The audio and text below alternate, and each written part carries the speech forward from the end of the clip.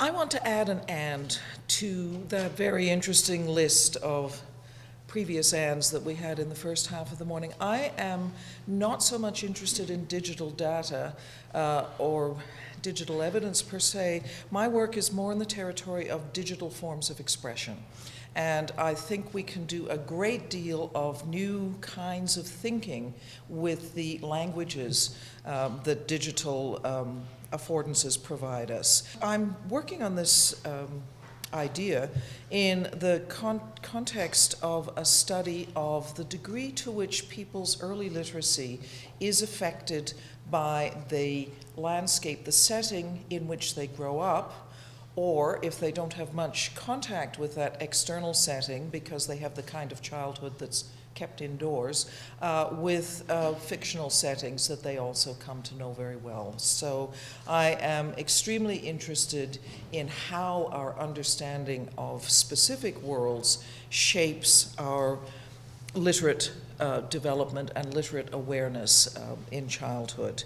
And to explore this concept, at the moment funded by a nice little grant from the RISE Institute in the Faculty of Education, for which I'm very grateful, I have some students, some library school students as it happens, graduate students, working on developing a prototype of a digital map of a landscape of some significance to them in their youth, on which they are going to layer up textual connections with this landscape. I have done some of this work myself with my own digital youth.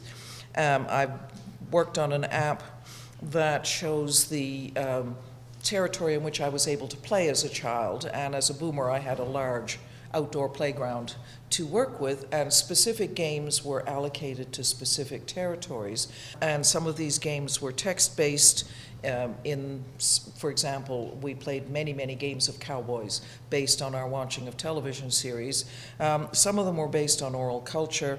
Anyway, these have all been mapped onto this insurance map of St. John's, Newfoundland from my era. And the movement back and forth between the physicality of the landscape and the imaginative work that went on with the games has provided some very interesting insights into this interconnection between the real situated world of a child and the imaginative world of that child's literacy.